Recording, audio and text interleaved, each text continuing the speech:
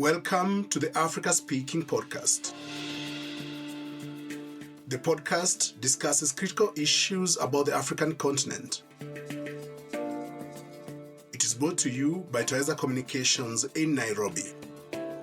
My name is Kimani Njogu. Our guest today is Dr. Valence Silayo of Tumaini University Tanzania. We discuss the restitution of cultural heritage, which is gaining momentum in Africa. Dr. Silayo, can you tell us a little more about yourself and your field of study?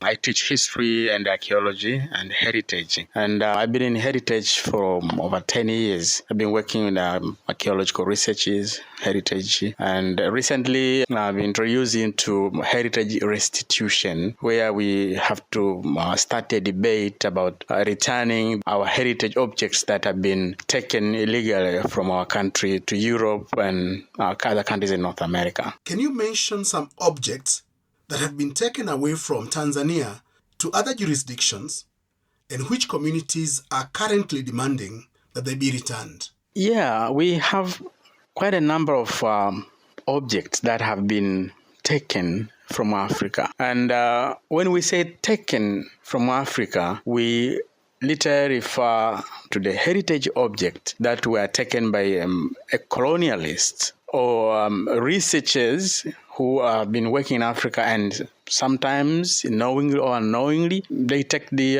research objects that of valuable interest to our country and to our community into the European nations or North American nations, either for research or for dating purpose, and they don't return them back. When you say taken objects, they are of two kinds. There are those which were looted in Africa during colonial rule, and there were those which were taken in Africa for research purposes, both during colonial times and post-colonial times. For example, during colonial times, there were a lot of heritage objects that were forcibly or illegally taken from our communities. There were those which were colonialists looted from our communities, purposely looted or taken illegally. For example, in the royal communities, royal families, a lot of objects were taken. Yeah. And there are those which were taken during wars. For example, we have those which were taken during Maji War. The colonialists went around and they looted each and everything. They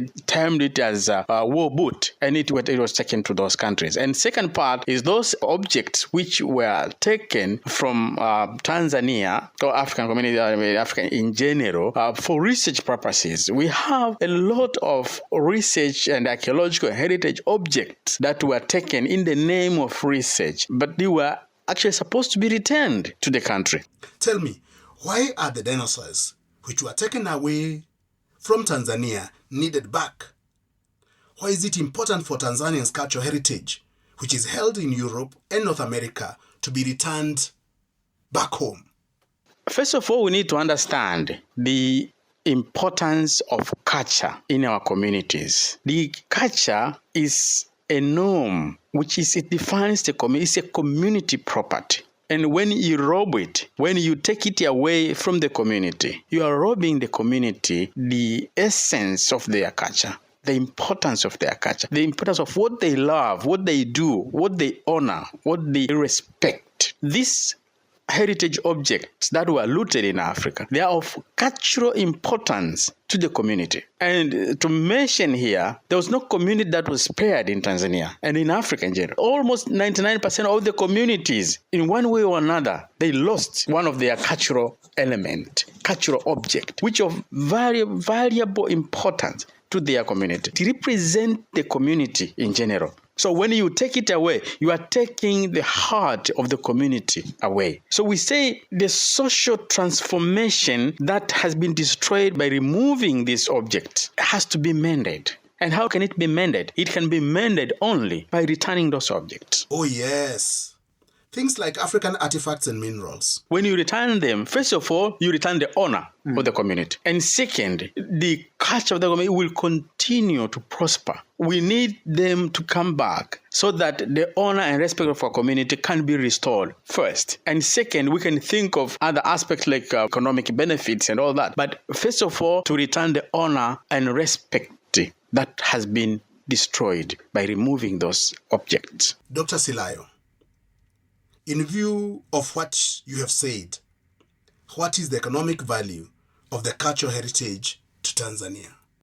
Well, there are a lot we can count on. If we remove all other aspects and remain with the economy, these objects can be of great value economically to the community because they will attract tourism. And by attracting tourism will bring multiple effects to the community because it is our culture. And when we display it, other communities, other nationalities will love to come and know, who are Tanzanians? What are they like? What's their culture? And once they come over, they say, well, this is our culture. This is our food. This is our artifact. This represents ourselves. Now, when they come over, economically, there are a lot of impact to the community because they have to pay all the necessary dues, which goes to the community. And when they pay all those costs, then the infrastructure will be restored. The community will get some funds for their food.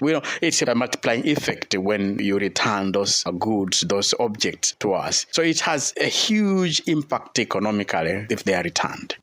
Okay. You mentioned some objects that were looted by the German colonial administrators during the Maji War of 1905 to 1907. Can you describe some of those objects for us?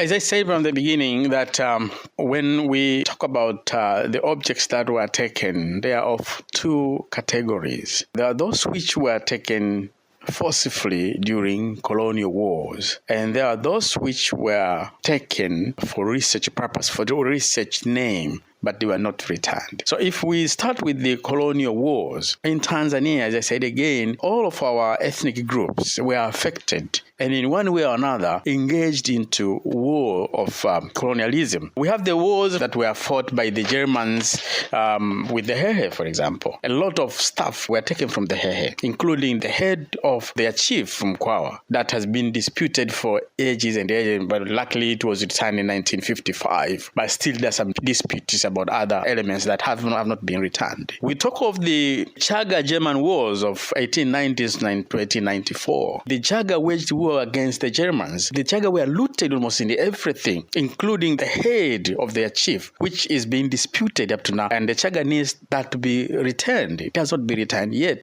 There are some politics around and a lot of debates are going around about it, and everybody has accepted that this has to be returned, but it has not yet been returned. We have several other wars that were associated with looting. One of the most notable and mentioned one is the Maji War of 1904 to 1909. The Maji War had tremendous impact into the southern part communities, the Ngoni, the Maltumbi, and the Makonde. Over 10,000 ethnographic objects were taken during this war. And recently, they've been discovered in Germany, and the Germans are in negotiation whether to return them or not to return them. We can say they are in negotiation with the Tanzanian government. First of all, they want us to go and identify those materials and try to build provenance for them and see the best way to return them. So when you speak of the Maji War and cultural heritage restitution, it really hurts the Tanzania because we say it's over 10,000 objects were taken in one war. Forget about all the other. Yeah, it has been a long time since these objects were taken from Africa. What are some of the challenges of bringing Tanzania's cultural heritage back home? There are a lot of challenges, but we cannot put them as an excuse of not returning them. The challenges include policy and regulations and laws. In Tanzania, for example, we do not have specific bylaws that will stipulate clearly the measures and steps that will help us to return those objects. Our cultural heritage police, our museum police, and antiquity police or laws, they may have mentioned here and there about restitution and the importance of protecting our heritage, but it does not elaborate clearly how to engage into a debate in returning those objects. And second, we expand again the question of legal framework. The international framework, we can say, for example, the United Nations through UNESCO has enacted a lot of laws and conventions that will help to protect the cultural heritage and cultural heritage looting and also restituting. For example, the 1970 UNESCO Convention, it helps to build an international framework on how we can help returning these objects. In Tanzania, for example, we need to realign our policy with these international conventions and bylaws so that we can have a connected framework of returning our heritage. Let's assume for a moment that we are in the process of bringing back those historical objects back to Africa. What can Tanzania do itself to prepare to receive the cultural heritage resources when they are returned? We need to get prepared because these things, today or tomorrow, they will be returned. Because the force now out there, it will eventually win and our heritage objects will be returned. One, we have to get our infrastructure ready. When I say our infrastructure, I mean the museum, the antiquity department, and the ministry concerned need to rethink on how they can improve their existing infrastructure so that the Germans can say, okay, today Tanzania will take your dinosaurs. Do we have a place to keep the dinosaurs? Do we have the capacity, financial resources, and personnel to handle the return? Probably now not. But if we prepare ourselves now, then we should be able to do that. So we need to have the infrastructure first, and the government engage fully in supporting building that infrastructure. We have, for example, the dinosaurs one part. We have the archaeological remains lying outside Tanzania. If they are going to be returned today, we don't have infrastructure to house and support those archaeological remains. I'll give an example. I had a conversation with one of the museum officers, and he informed me of about 7 tons of archaeological remains that were returned from Nairobi to Tanzania. These archaeological remains were excavated in Old Dubai in Arusha from 1910 onward. So these were archaeological and anthropological remains that were in Nairobi Museum, and now the Kenyan government has returned them to Tanzania. These 7 tons, they are still lying at the museum, lumped there, and again, nothing has been done since their return. They're just lumped in a store and they're left there. No analysis, no cataloging, no whatever. So now, this is one aspect. What if we return all other elements? What if we return the very fragile ethnographic objects? How are we going to handle them? We need to make sure that our infrastructure is ready to support that. That's one aspect. Second is to get our personnel ready. We have very good personnel, very good ones, but we need to get them psychologically ready to handle and receive these huge sums of objects, either being anthropological or archaeological or ethnographic. Both ways to catalog them, give them deserving preservation so that they can continue to survive in the next generation and next generation. And third element is to have collaborations between North and South, or Tanzania and the Northern European countries, which are well developed in terms of infrastructure, in terms of handling fragile ethnographic objects and all that. And this kind of collaboration could be in terms of research, could be in terms of training, could be in terms of short courses, seminars, to sharpen the ability and knowledge of our personnel to handle those objects. Considering the pillaging and looting of cultural heritage during the colonial period and the post-colonial period, and the violence that has tended to accompany, that looting, including actually deceit. We know that the challenges facing Tanzania are not unique to Tanzania. They face all African countries. How can national governments on the continent, as well as multilateral institutions and the African diaspora, how can they work together to ensure that our cultural heritage currently held in the global north is returned? Without collaboration, without working together, this task is going to be hard. And African nations, the diaspora, and the global north needs to work together. And it's time now we as African work as Africa, not as Tanzania, because there's no one nation in Africa that has not been affected. In one way or another, their heritage is out there. And the good thing is, the African Union, through their Agenda 2063, they have mentioned clearly the importance of restitution. We need to start from there. The African Union has shown us a way. African countries now needs to come together. For example, the East African, Tanzania, Kenya, and Uganda, they need to establish their own manifesto. And what do we have out there? How can we together face the Germans? How can we together face the British? How can we together face the London Museum, for example? How can we together face the Berlin Museum, for example, to request for the return of our objects? So if we go as a united, then our demand will be listened.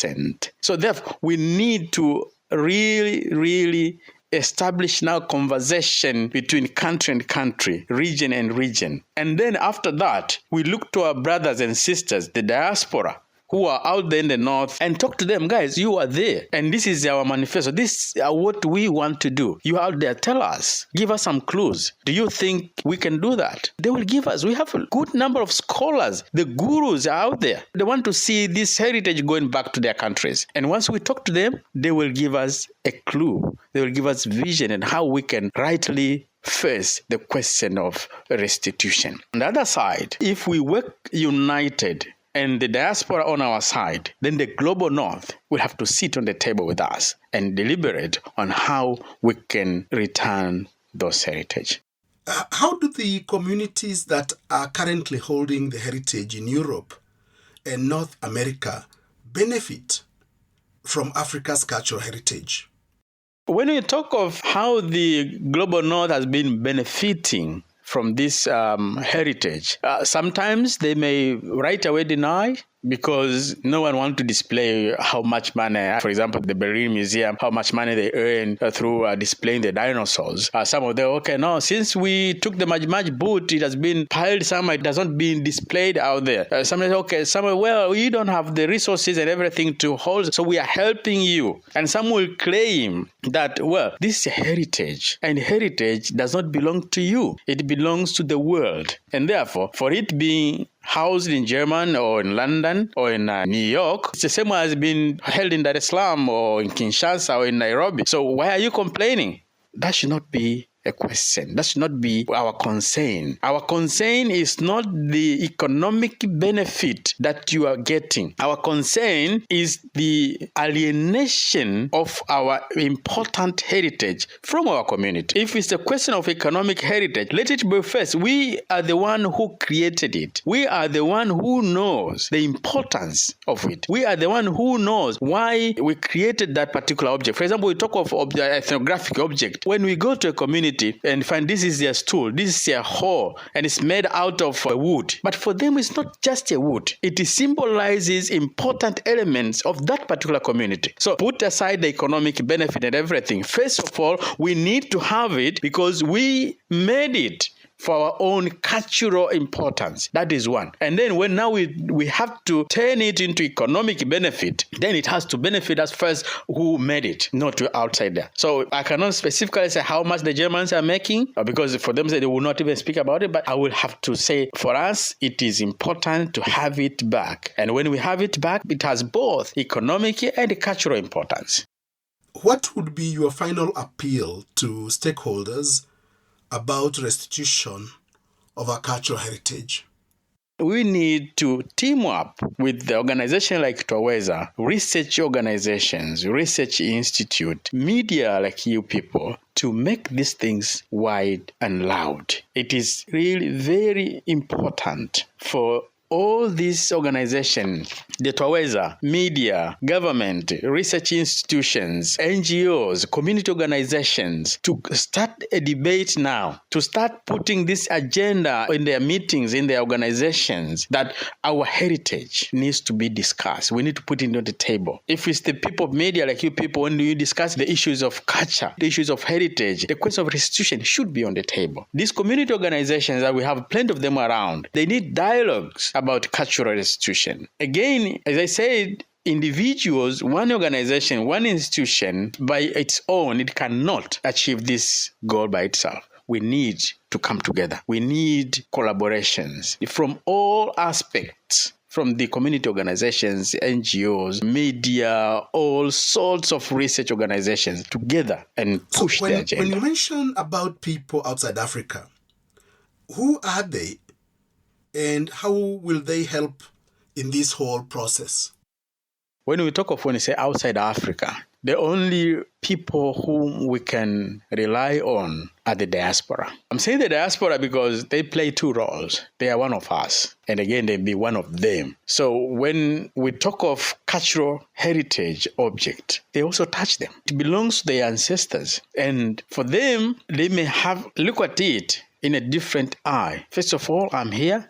I've been exposed to the world, and we look back to their community. Say, wow, this has been stolen from my community, and I know where it is, and I know how to return it, but I cannot take it. They can come back to the community and tell all the guys, look, we are in the global north, and we know you have started this battle. We can help. We know where these things are. They are in Germany, they are in London, they are in New York, they are in Paris, and all those stuff. So you put them down. Or we put them down and we tell them, look, guys, you're diaspora, you're in Berlin. Look, the Berlin has all this stuff for us. Help us. Make noise out there. So we make noise in here, they make noise out there. And together, we win the battle.